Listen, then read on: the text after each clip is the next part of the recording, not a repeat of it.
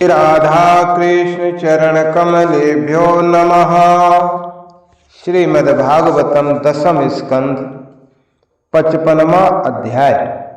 प्रद्युम्न का जन्म और संबरासुर का वध। जय राधा राधा जय राधा जय श्री राधा। जय कृष्णा कृष्णा जय कृष्णा जय श्री कृष्ण। वसुदेव सुतं देवं कंस चाणूरमर्दनं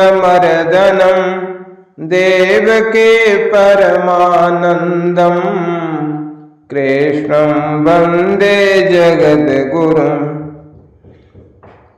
श्री शुकोवाच कामस्तु वासुदेवांसो दग्धा प्रागरुद्रमन्युना देहोपपत्तये भूयस्तमेव प्रत्यपद्यत। श्री सुखदेव जी कहते हैं, परीक्षित, कामदेव भगवान वासुदेव के ही तो अंश हैं। वे पहले रुद्र भगवान की क्रोधाग्नि से भस्म हो गए थे। अब फिर शरीर प्राप्ति के लिए उन्होंने अपने अंशी भगवान वासुदेव का ही आश्रय लिया। वे ही काम अब की बार भगवान श्री कृष्ण के द्वारा रुक्मिणी के गर्भ से उत्पन्न हुए और प्रद्युम्न नाम से जगत में प्रसिद्ध हुए। सौंदर्य, वीर, सौशील्य आदि सद्गुणों में भी भगवान श्री कृष्ण से वे किसी प्रकार कम न थे। बालक प्रद्युम्न अभी 10 दिन के भी नहीं हुए थे कि काम रूपी संबरासुर भेष बदलकर सूतिका ग्रह से उन्हें हर ले गया और समुद्र में फेंक कर अपने घर लौट गया। उसे मालूम हो गया था कि यह मेरा भावी शत्रु है। समुद्र में बालक प्रद्युम्न को एक बड़ा भारी मत्स्य निकल गया। तदनंतर मछुआरों ने अपने बहुत बड़े जाल में फंसाकर दूसरी मछलियों के साथ उस मत्स्य को भी पकड़ लिया और उन्होंने उसे ले जाकर संबरासुर को भेंट के रूप में दे दिया।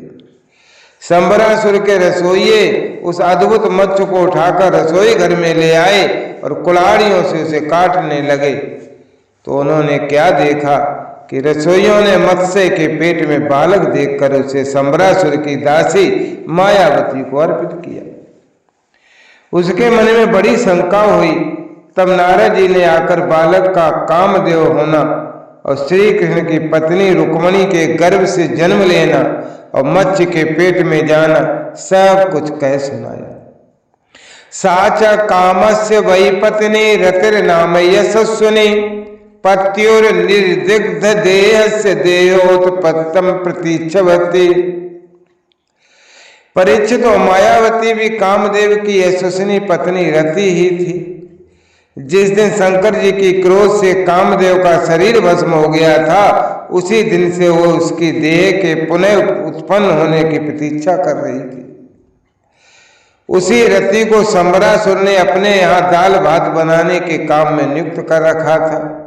जब उसे मालूम हुआ कि शिशु के रूप में मेरे पति कामदेव ही हैं, तब वो उसके प्रति बहुत प्रेम करने लगी।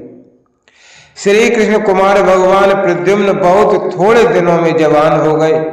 उनका रूप लावण्य इतना अद्भुत था कि जो स्त्रियां उनकी ओर देखती उनके मन में श्रृंगार रस का उद्दीपन हो जाता था।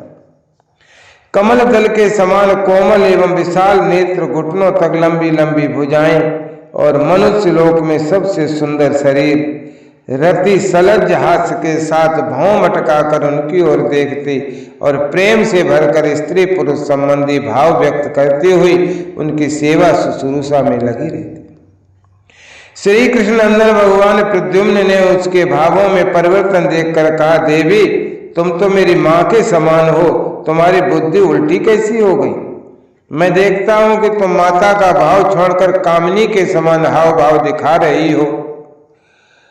तो रति कहने लगी, भगवान नारायण सुतः संबरेणा हर्तो ग्रहात् अहम ते अधिकृता पत्नी रति कामो भवान प्रभु। हे प्रभु, आप स्वयं भगवान नारायण के पुत्र हैं। संबरासुर आपको सूतिका गृह से चुरा लाया था। आप मेरे पति स्वयं कामदेव हैं और मैं आपकी सदा की धर्म पत्नी रति हूं। मेरे स्वामी, जब आप 10 दिन के भी न थे तब इस संबरासुर ने आपको हरकर समुद्र में डाल दिया था।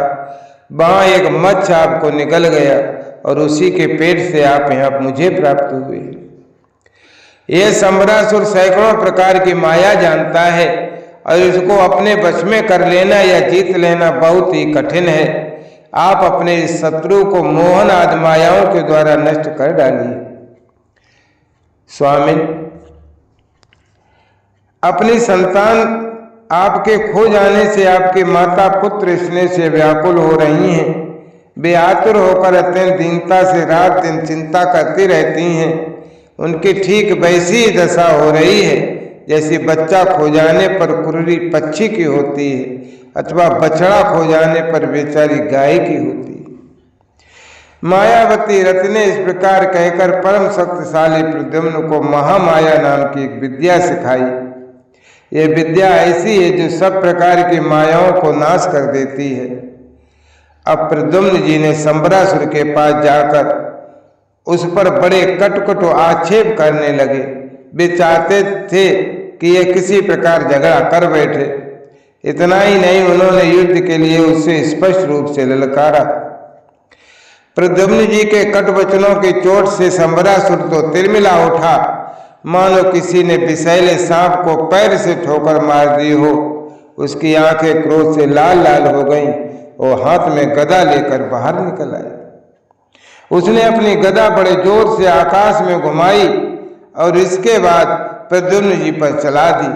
गदा चलाते समय उसने इतना कर्कश सिंहनाद किया मानो बिजली कड़क रही। परीक्षित भगवान प्रद्युम्न ने देखा कि उसकी गदा बड़े वेग से मेरी ओर आ रही है।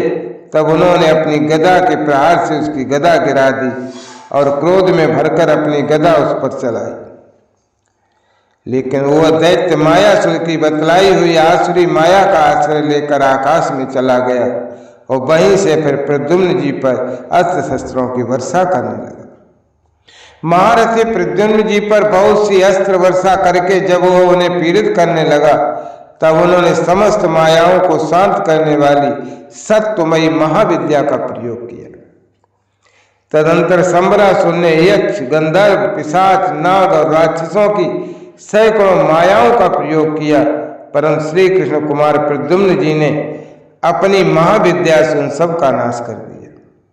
इसके बाद उन्होंने एक तीक्ष्ण तलवार उठाई और संबरासुर का किरीट एवं कुंडल से सुशोभित सिर, जो लाल लाल दाढ़ी मूछों से बड़ा भयंकर लग रहा था, काट कर धड़ से अलग कर दिया। देवता लोग पुष्पों की वर्षा करते हुए स्तुति करने लगे और इसके बाद मायावती रथ, जो आकाश में चलना भी जानती थी, अपने पति प्रद्युम्न जी को आकाश मार्ग से द्वारिकापुरी में ले आई। परीक्षित, आकाश में अपनी गोरी पत्नी के साथ सामले प्रद्युम्न जी की ऐसी शोभा हो रही थी मानो बिजली और मेघ का जोड़ा हो। इस प्रकार उन्होंने भगवान के उस उत्तम अंतःपुर में प्रवेश किया जिसमें सैकड़ों श्रेष्ठ रमणियां निवास करती। अंतःपुर की नारियों ने देखा कि प्रद्युम्न जी का शरीर वर्षाकालीन मेघ के समान श्याम वर्ण है। रेशमी पीताम्बर धारण किए हुए हैं, घुटनों तक लंबी भुजाएं हैं, रत्नारे नेत्र हैं और सुंदर मुख पर मंद मंद मुस्कान की अनूठी ही छटा है। उनके मुखार बिंद पर गुंगलाली और नीली अलकें इस प्रकार शोभायमान हो रही हैं मानो भंवरे खेल रहे हों। वे सब उन्हें श्री कृष्ण समझकर सकुचा गईं और घरों में इधर उधर लुक छिप गईं। फिर धीरे धीरे स्त्रियों को ये मालूम हो गया कि ये तो श्री कृष्ण नहीं है, क्योंकि उनकी अपेक्षा इनमें कुछ विलक्षणता अवश्य है। अब वे अत्यंत आनंद और विस्मय से भरकर इस श्रेष्ठ दंपति के पास आ गए। इसी समय वहां रुक्मणी जी आ पहुंची। परीक्षित, उनके नेत्र कजरारे और वाणी अत्यंत मधुर थी। इस नवीन दंपति को देखते ही उन्होंने अपने खोए हुए पुत्र की याद आ गई वात्सल्य स्नेह की अधिकता से उनके स्तनों से दूध झरने लगा। कोन्नम नर वैदूर्या कश्यपो कमलेक्षणा धृता कया वा जठरे के यम लब्ध्वा त्वनेन व। रुक्मिणी सोचने लगी, ये नर रत्न कौन है? ये कमल नयन किसका पुत्र है? किस बड़भागिनी ने इसे अपने गर्भ में धारण किया होगा? इसे यह कौन सौभाग्यवती पत्नी रूप में प्राप्त हुई? मेरा भी एक नन्हा सा शिशु खो गया था, न जाने कौन उसे सूतिका गृह से उठा ले गया। यदि वह कहीं जीता जागता होता तो उसकी अवस्था तथा रूप भी इसी के समान हुआ होगा। मैं तो इस बात से हैरान हूं कि इसे भगवान श्याम सुंदर की सी रूपरेखा, अंगों की गठन, चाल ढाल, मुस्कान, चितवन, बोल चाल सब कहां से प्राप्त हुई? हो न हो ये वही बालक है जिसे मैंने अपने गर्भ में धारण किया था, क्योंकि स्वभाव से ही मेरा स्नेह इसके प्रति उमड़ रहा है और मेरी बाईं बाह भी फड़क रही है। तो जिस समय रुक्मिणी जी इस प्रकार सोच विचार कर ही रही थीं, निश्चय और संदेह के झूला में झूल रही थीं, उसी समय पवित्र कीर्त भगवान श्री कृष्ण अपने माता पिता देवकी और वसुदेव जी के साथ वहां पधारे।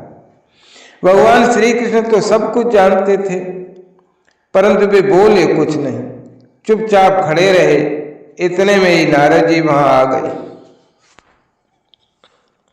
और फिर उन्होंने प्रद्युम्न जी को संबरासुर द्वारा हल ले जाना, समुद्र में फेंक देना आदि जितनी भी घटनाएं घटी थी कब कह सुनाई। तश्रुत्वा महदाश्चर्यं कृष्णान्तः पुरयोषिता अभ्यनंदन बहुनंदनान नष्टम मृत्युमिवागतम। नारद जी द्वारा ये महान आश्चर्यमयी घटना सुनकर भगवान श्री कृष्ण के अंतःपुर की स्त्रियां चकित हो गईं और बहुत वर्षों तक खोए रहने के बाद लौटे हुए प्रद्युम्न जी का इस प्रकार अभिनंदन करने लगी मानो कोई मरकर जी उठा। देवकी वसुदेवस्य कृष्ण रामौ तथा स्त्रिया दंपति तौ पर सुवज्य रुक्मणी चरुनुदुम। देवकी जी, वसुदेव जी, भगवान श्री कृष्ण, बलराम जी, रुक्मणी जी और स्त्रियां सब उस नव दंपति को हृदय से लगाकर बहुत ही आनंदित हुए। जब द्वारिकावासी नर नारियों को यह मालूम हुआ कि खोए हुए प्रद्युम्न जी लौट आए हैं, तब वे परस्पर कहने लगे, अरे याहो कैसे सौभाग्य की बात है कि यह बालक मानो मरकर फिर लौट आया। परीक्षित, प्रद्युम्न जी का रूप रंग भगवान श्री कृष्ण से इतना मिलता जुलता था कि उन्हें देखकर उनकी माताएं भी उन्हें अपना पतिदेव श्री कृष्ण समझकर मधुर भाव में मग्न हो जाती थी और उनके सामने से हटकर एकांत में चली जाती थी। श्री निकेतन भगवान के प्रतिबिंब स्वरूप कामा अवतार भगवान प्रद्युम्न के दिख जाने पर ऐसा होना कोई आश्चर्य की बात नहीं। फिर उन्हें देखकर दूसरी स्त्रियों की विचित्र दशा हो जाती थी, इसमें तो कहना ही क्या। इत श्रीमद्भागवते महापुराणे पारमहंसायां संहितायां दशम स्कंधे उत्तरार्धे प्रद्युम्नोत्पत्ति निरूपणम नाम पंचाशतमो अध्याय। जय राधा जय राधा राधा जय राधा जय श्री राधा जय कृष्णा कृष्णा जय कृष्णा जय श्री कृष्णा।